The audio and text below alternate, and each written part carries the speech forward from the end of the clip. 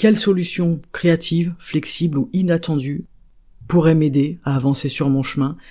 Quel comportement adopter? Quel placement intérieur adopter aussi?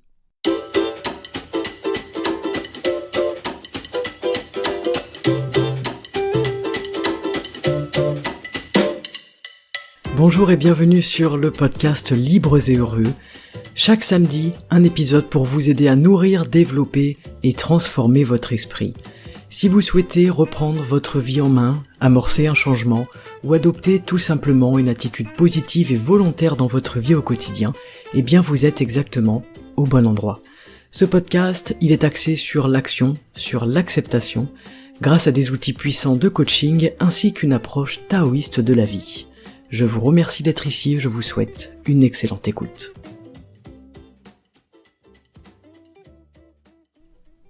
Bonjour à tous et à toutes et bienvenue dans ce nouvel épisode d'aujourd'hui. Tout d'abord, je vous prie de m'excuser pour l'absence d'épisodes ces 3 dernières semaines. Voilà, j'ai eu un problème de micro défectueux. Je pense avoir réglé le problème. Je suis de retour dans vos oreilles. Merci pour vos gentils messages. Merci pour vos écoutes qui n'ont pas été impactées par cet obstacle matériel. En parlant d'obstacles, en parlant d'aléas de la vie, aujourd'hui je vous propose de plonger dans une histoire qui illustre comment est-ce que nous pouvons faire face aux défis et aux changements de la vie, avec sagesse ou du moins avec fluidité. Cette histoire, intitulée La pierre, la boue et l'eau, elle est simple mais elle porte un message profond qui est directement relié à la philosophie taoïste, qui voit dans l'eau une métaphore puissante de la résilience, de l'adaptabilité et de l'humilité.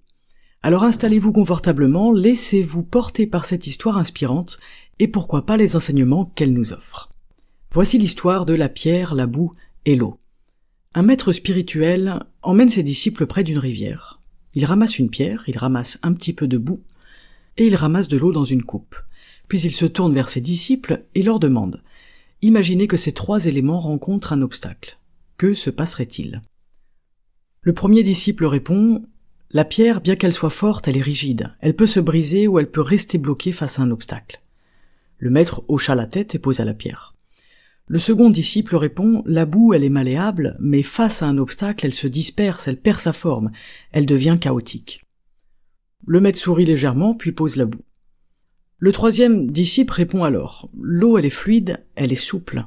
Lorsqu'elle rencontre un obstacle, elle le contourne, elle s'infiltre ou elle le traverse. Elle ne perd jamais son essence. » Le maître sourit largement et conclut « Exactement. Soyez comme l'eau, dans la vie, des obstacles se dresseront sur votre chemin. Vous pouvez choisir d'être rigide comme la pierre, mais vous risquerez de vous briser. Vous pouvez être comme la boue, mais alors vous risquerez de perdre votre direction et votre essence. Ou bien, vous pouvez être comme l'eau, fluide, adaptable et capable de trouver votre chemin, quelle que soit la difficulté. Soyez comme l'eau, tel est le message de notre grand sage. La pierre se brise, la boue se disperse, mais l'eau s'adapte, elle avance toujours en harmonie avec son environnement. Cette histoire, elle nous enseigne une leçon simple mais qui est puissante. Dans la vie, ce ne sont pas toujours les plus forts ou les plus rigides qui triomphent. Parfois, ce sont les plus flexibles, ceux qui savent s'adapter sans se trahir, qui avancent le plus loin. Alors la sagesse taoïste de l'eau, c'est une leçon intemporelle, c'est quelque chose qu'on retrouve énormément, et cette histoire, elle trouve un écho profond dans la philosophie taoïste, parce que cette philosophie, elle célèbre l'eau comme un modèle parfait de sagesse. Dans le Tao Te Ching, Lao Tzu, il décrit l'eau comme l'incarnation du Tao, donc je vous rappelle, le Tao c'est la voie, on peut appeler ça la voie, il y a plusieurs traductions possibles.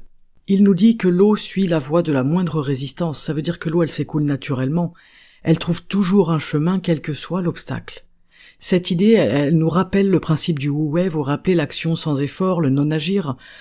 Si ce sujet vous intéresse, vous pouvez écouter l'épisode numéro 104 qui vous parle du Wu Wei et de comment passer de la réaction à l'action. C'est un épisode qui vous a beaucoup plu, qui a enregistré le triple d'écoute habituel, donc n'hésitez pas, si vous ne l'avez pas écouté, allez-y pour cet épisode numéro 104.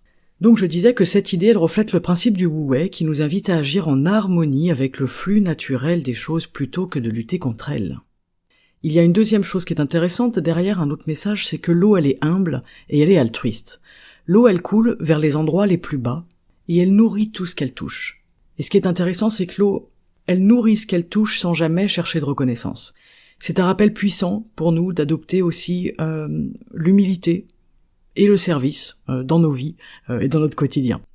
Le chapitre 8 justement du Tao Te Ching de Lao Tzu, il nous dit « L'eau ne se dispute pas ».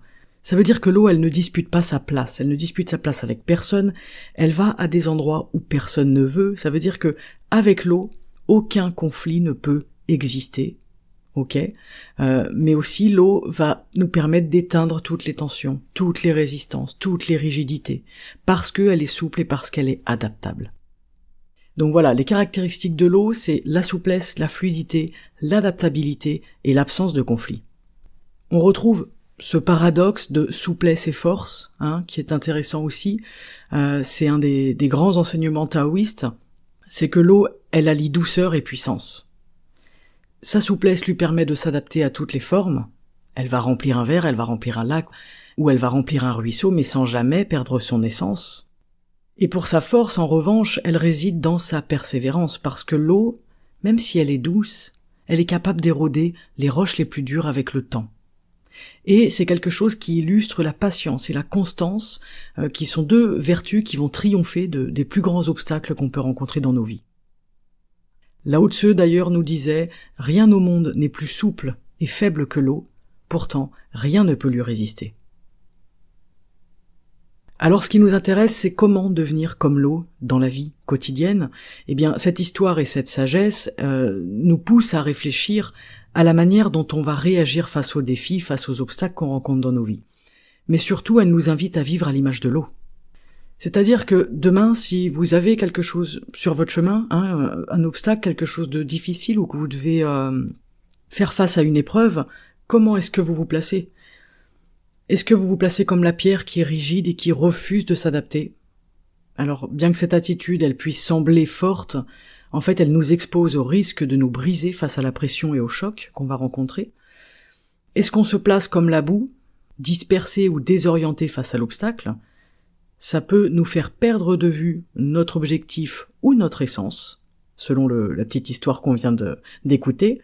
Ou est-ce qu'on se place comme l'eau, fluide, flexible, mais toujours fidèle à nous-mêmes, en trouvant une nouvelle voie en douceur, face à l'adversité et à travers les obstacles.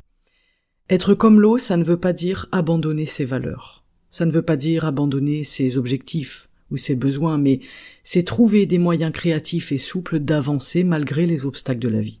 Être comme l'eau, en fait, c'est vraiment cultiver de la douceur, cultiver de la fluidité, de l'humilité et de la force intérieure.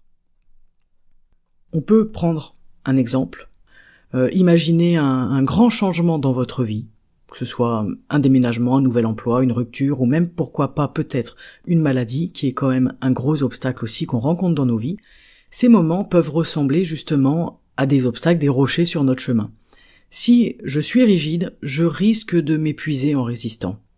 Si je suis rigide, je risque de me blesser, de générer des nœuds, de générer des tensions et des blocages. Si je me disperse, si je suis comme la boue, eh bien, peux perdre mes repères, je peux gaspiller mon énergie, perdre mon essence. Mais si on décide d'adopter la fluidité de l'eau, on peut contourner ces obstacles, on peut couler sur eux. Et je pense que au-delà de ça, on peut les transformer en notre chemin, afin de tout simplement continuer d'avancer. C'est-à-dire que l'obstacle qui est devant moi fait partie de mon chemin. Il n'est plus une barrière, il n'est plus quelque chose qui m'arrête et qui me stoppe. Et d'ailleurs, j'avais l'exemple en tête d'un barrage naturel. Si on regarde un barrage naturel dans une rivière, qu'est-ce qui se fait arrêter immédiatement ? C'est les pierres. Elles se font arrêter par le barrage. La boue, elle peut passer à certains endroits, mais elle risque de stagner très rapidement, elle risque de se retrouver bloquée dans les branches, dans les feuilles qui constituent le barrage. Mais l'eau, elle trouve toujours un chemin, même le plus infime, le plus petit passage sera une voie pour avancer et pour traverser doucement l'obstacle qui se présente devant elle. Quand on était enfant, on faisait énormément de barrages naturels dans les rivières, dans la forêt, là où on habitait. Et à chaque fois, le plus difficile, c'était d'arriver à stopper l'eau. C'est extrêmement difficile, c'est presque impossible. L'eau trouve toujours un moyen. Mais elle y va avec douceur. L'eau, elle ne détruit pas le barrage. Elle passe à travers le barrage. Je pense que c'est ça le message qui est derrière, c'est-à-dire que j'y vais pas comme un bourrin et je casse tout sur mon passage. En fait, c'est moi qui deviens fin, qui deviens petit, qui devient étroit à l'intérieur de moi pour pouvoir passer dans les petits interstices des obstacles qui sont présents devant moi, avec humilité, avec douceur, avec fluidité. Alors comment appliquer cette sagesse dans notre quotidien? Voilà, la prochaine fois que vous serez confronté à un défi, un obstacle, un changement inattendu, vous pouvez vous poser ces questions. Est-ce que je suis la pierre? Est-ce que je suis en train de résister avec force et comme une pierre? Et est-ce que ça m'aide ou est-ce que ça me fatigue inutilement? Deuxièmement, est-ce que je suis la boue? Est-ce que je suis en train de me perdre comme la boue, de me disperser sans direction claire, de perdre de l'énergie et de perdre de l'essence? Ou troisièmement, est-ce que je suis comme l'eau, mais surtout comment est-ce que je peux réagir comme l'eau? Quel placement intérieur est-ce que je peux adopter pour que le problème extérieur ne soit plus qu'un barrage naturel dans la rivière de la vie? Où sont les interstices par lesquels je peux passer pour couler tranquillement à travers l'obstacle? Plus je suis fin, plus je suis fluide, plus je suis malléable et plus j'ai de possibilités de traverser ce barrage en douceur. Donc quelle solution créative, flexible ou inattendue pourrait m'aider à avancer sur mon chemin? Quel comportement adopter, quel placement intérieur adopter aussi? Ce petit podcast aujourd'hui, cette petite histoire, c'est vraiment une invitation à la réflexion. Comment est-ce que je me place face aux choses qui me dérangent dans ma vie? Vous voyez? Est-ce que j'y vais en bourrin? Est-ce que je me disperse et que je perds mon énergie? Ou est-ce que j'y vais avec fluidité, douceur et finesse? Alors la prochaine fois que vous serez confronté à un défi, un changement, un obstacle, une passe difficile, souvenez-vous de cette histoire et de la sagesse taoïste de l'eau. Comment est-ce que je peux être plus fluide dans mes actions premièrement, mais plus profondément, comment est-ce que je peux être plus fluide dans mon intériorité? Qu'est-ce que ça veut dire? Ça veut dire comment est-ce que je peux être plus fluide dans ma façon de regarder le monde et d'appréhender l'extérieur, dans ma façon de penser le monde et dans la façon de m'y adapter. Comment est-ce que je peux changer ça? C'est à nous de nous adapter à l'extérieur et c'est pas l'inverse. C'est à nous de cultiver quelque chose de souple à l'intérieur de nous pour ne plus être ébranlés par l'extérieur. Rappelez-vous de l'histoire du chêne et du roseau, c'est exactement pareil. Le roseau, il résiste parce qu'il est souple. Il danse avec le vent. Il n'est pas en train de résister à la force du vent. Donc c'est à nous de vivre à l'image de l'eau pour cultiver la fluidité, la souplesse, la résilience et la force tranquille. J'aime bien cette idée de la force tranquille puisque je suis fort mais je ne suis pas bourrin. Je suis fort mais je ne suis pas dans la force. Je suis résistant, avec douceur.